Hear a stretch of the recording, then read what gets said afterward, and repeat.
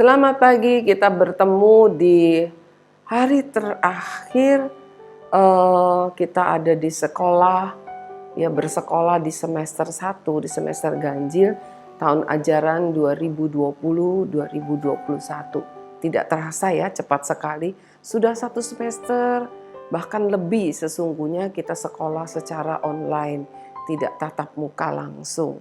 Tetapi kembali lagi kita diingatkan bahwa benar Tuhan tidak tinggalkan kita.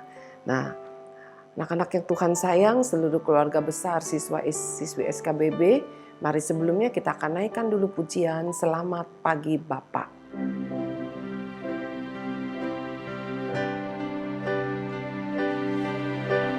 Selamat pagi Bapak, selamat pagi Yesus, selamat pagi Roh Kudus. Terima kasih atas anugerah-Mu. Semalam telah berlalu, ku memuji, ku bersyukur, memuliakan nama-Mu.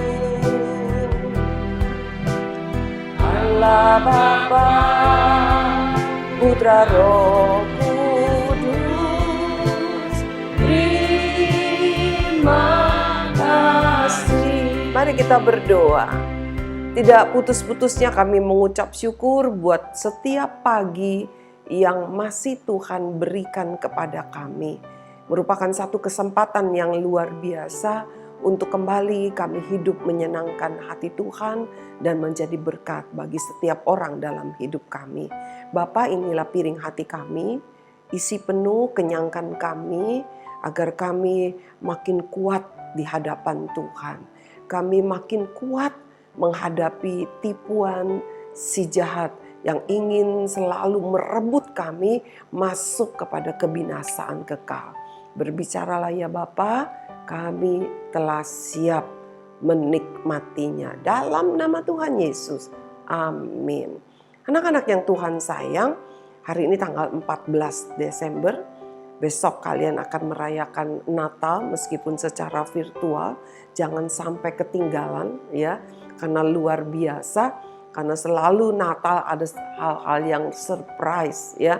Kali ini memang guru-guru ya, 95% mungkin ya, 95% guru dan beberapa siswa kelas 11-12 ya yang ikut berperan di dalam drama musikal besok ya. Oleh sebab itu jangan ketinggalan.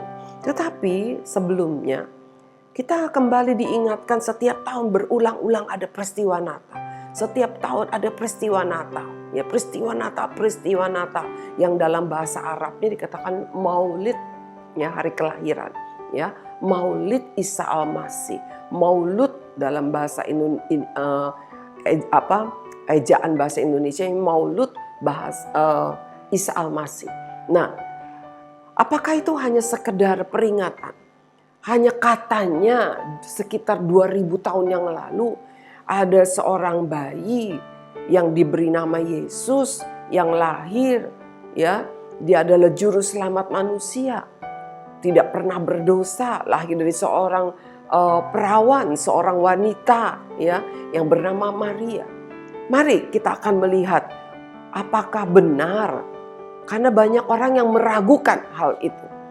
Tetapi kita akan lihat bagaimana hal itu tidak perlu diragukan lagi, memang benar-benar faktanya ada. Tapi sebelumnya mari kita akan naikkan dulu pujian Dunia Gemar dan Soraklah. Dunia bergemar dan bersorak, kenapa? Bukan karena kesukaan yang daripada dunia, tetapi karena seorang juru selamat telah lahir. Seorang penyelamat yang dinanti-nantikan oleh manusia telah lahir untuk kita semua.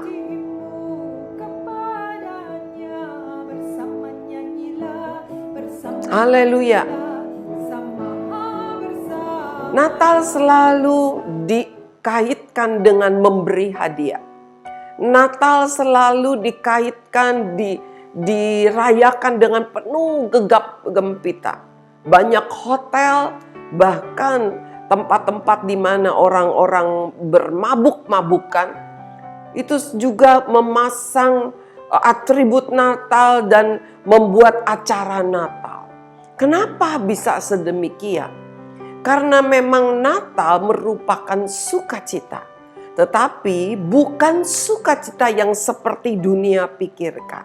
Dunia bersukacita dengan segala tata caranya, bermabuk-mabukan, pesta pora, baju yang indah, ya, saling memberi hadiah. Saya tidak salahkan yang memberi hadiah, it's okay. Miss Grace juga memberi hadiah, ya.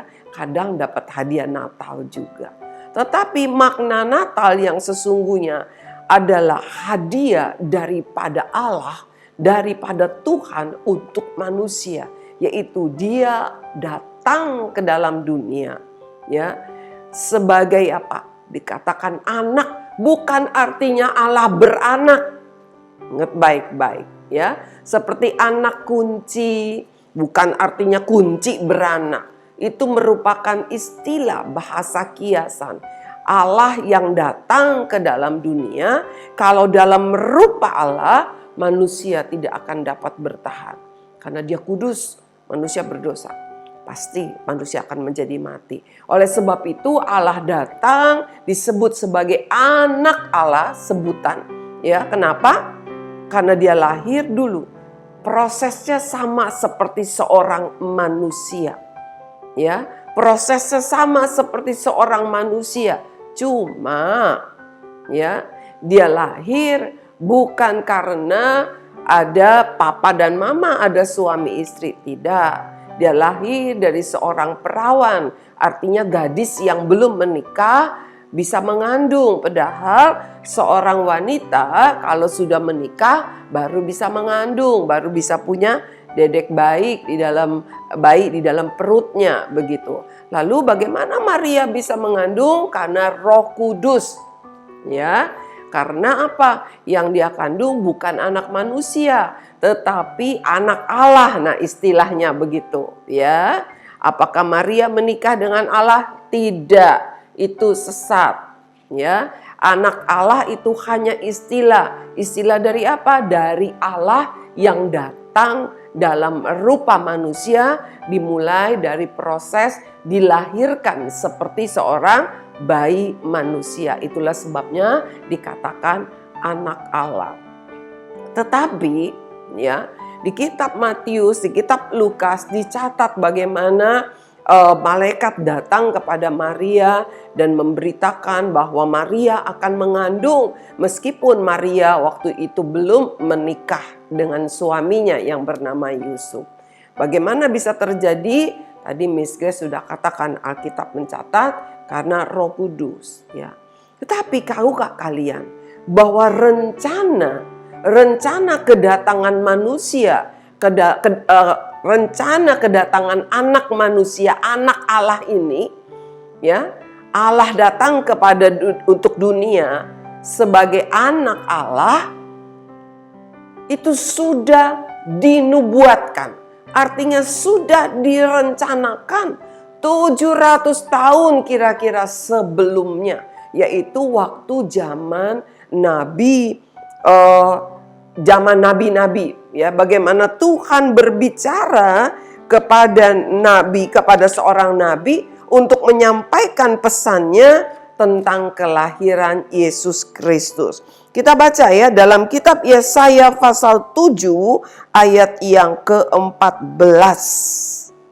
Ya, Yesaya pasal 7 ayat yang ke-14.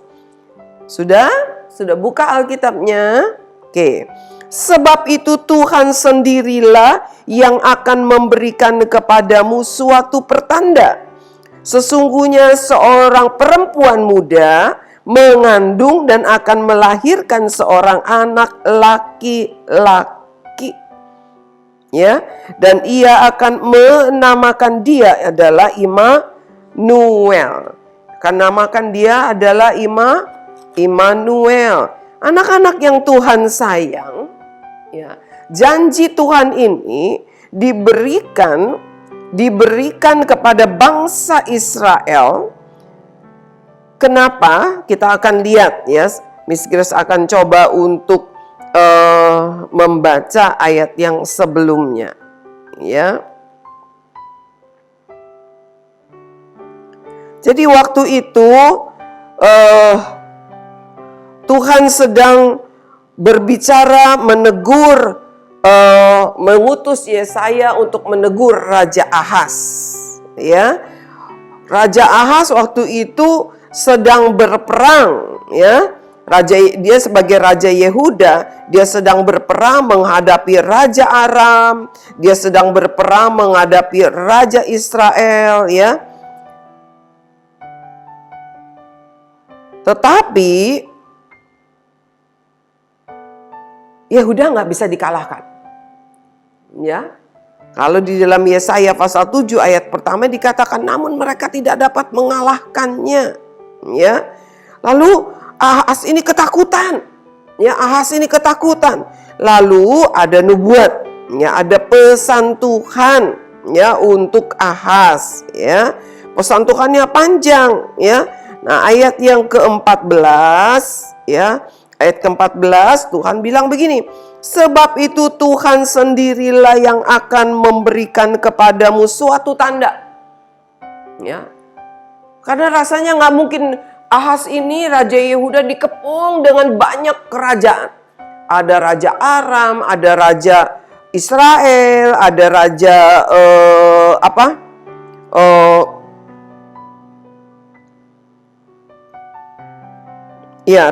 Raja Resin itu dari Aram, lalu Pekah bin Remalia Raja Israel. Dua kerajaan ini menyerang, mengepung mereka, Raja Yehuda.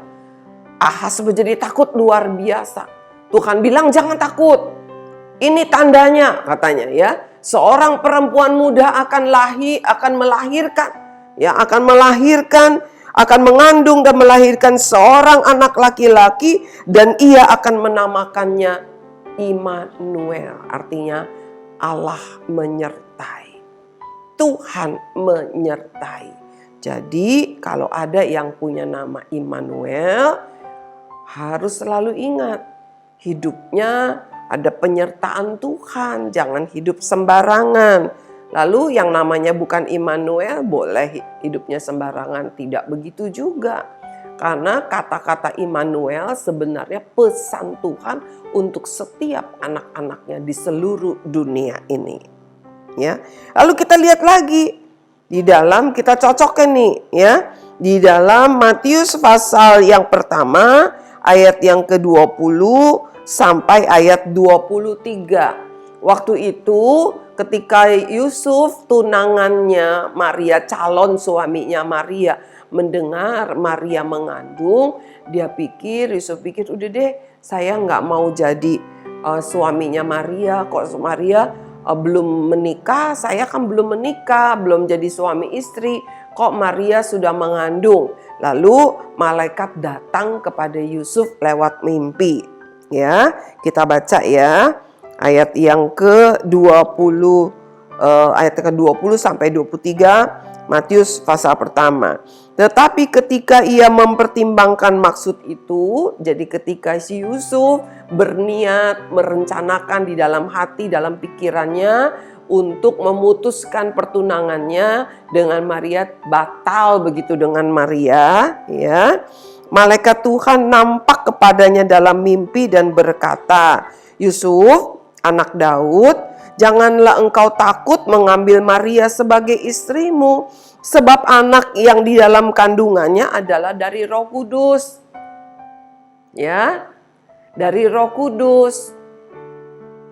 Bukan anak sembarangan, tapi dia adalah Allah yang datang menjadi manusia dan disebut anak Allah. Ia akan melahirkan anak laki-laki, engkau akan menamakan dia Yesus, dikasih tahu nanti namanya Yesus, karena dialah yang akan menyelamatkan umatnya dari dosa. Hal itu terjadi supaya genaplah yang difirmankan oleh difirmankan Tuhan oleh Nabi, sesungguhnya anak darah itu akan mengandung dan melahirkan seorang anak laki-laki, dan mereka akan menamakan dia Immanuel, yang berarti Allah menyertai kita. Ya.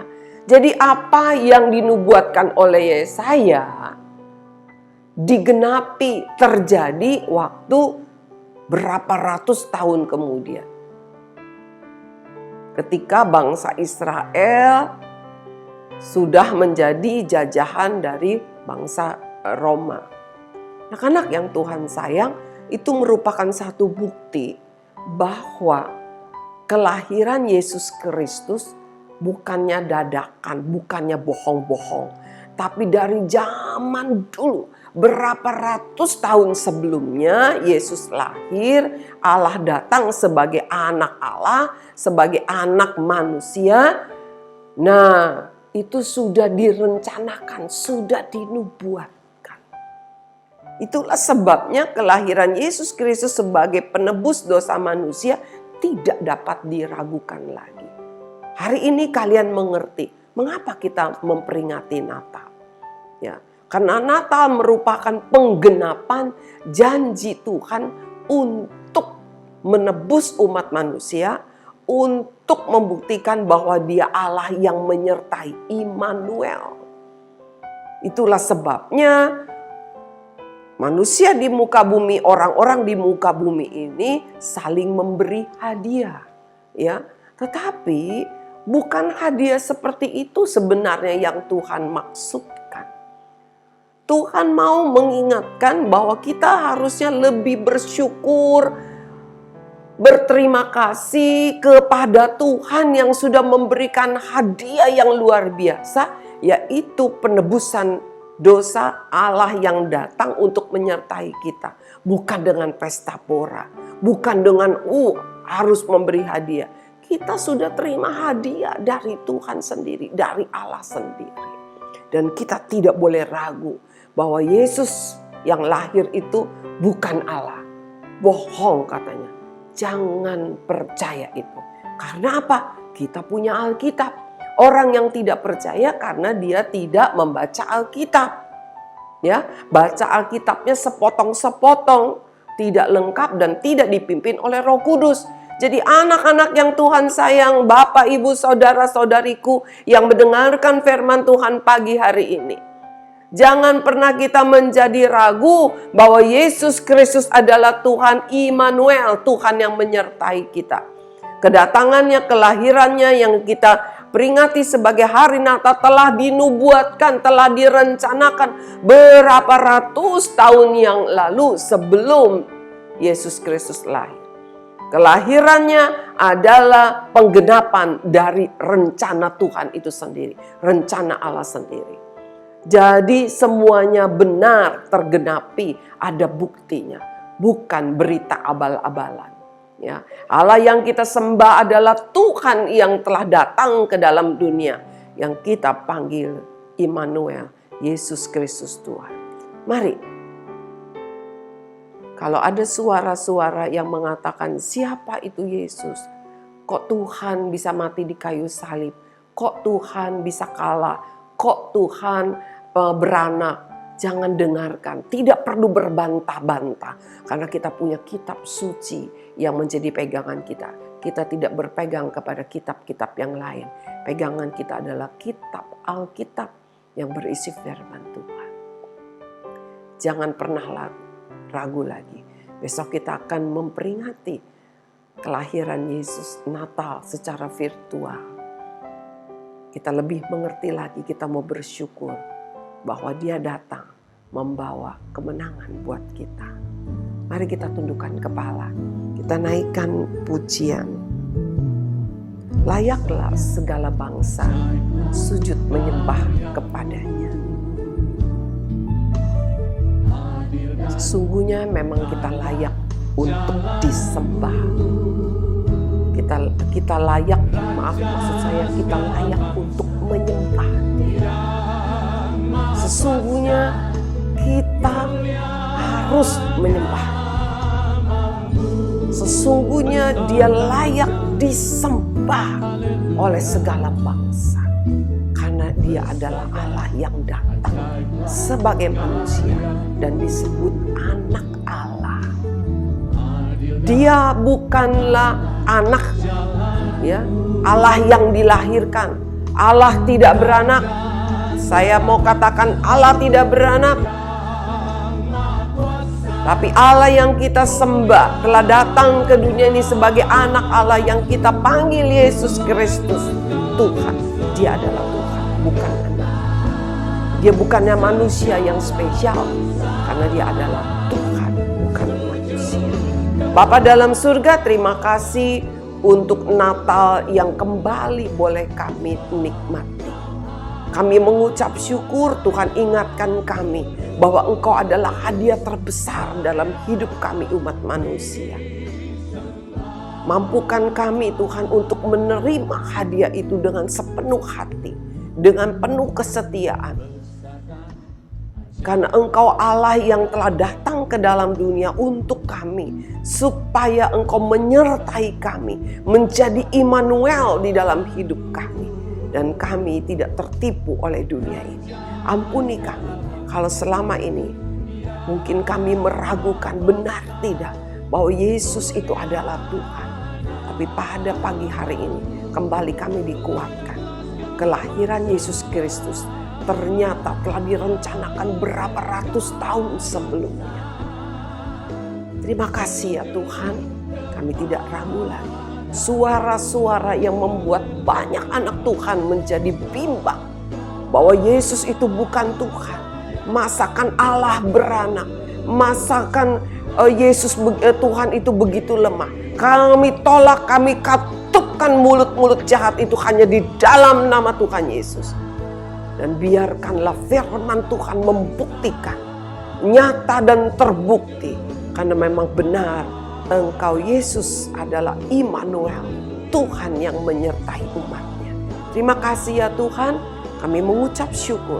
Kalau besok kami akan merayakan Natal secara virtual, lalu kami akan libur panjang sampai di awal Januari. Kami tahu Engkau adalah Allah yang Immanuel, Tuhan yang Immanuel yang menyertai kami. Dan kami serahkan sepanjang libur kami ke dalam tangan pemeliharaan Tuhan, agar kami boleh ya Bapak menikmati libur kami dengan penuh kebaikan yang daripada Tuhan. Luputkan kami, jaga kami dari segala pandemi apapun. Jauhkan kami dari yang jahat. Jauhkan kami dari segala pencobaan dan dosa. Terima kasih Bapak. Kami berdoa, kami mengucap syukur, kami percaya bahwa bulan ini, tahun 2020, bulan Natal ini adalah bulan yang sangat diberkati Tuhan. Di dalam nama Tuhan Yesus, kami berdoa dan mengucap syukur. Amin. Tuhan Yesus memberkati kita semua.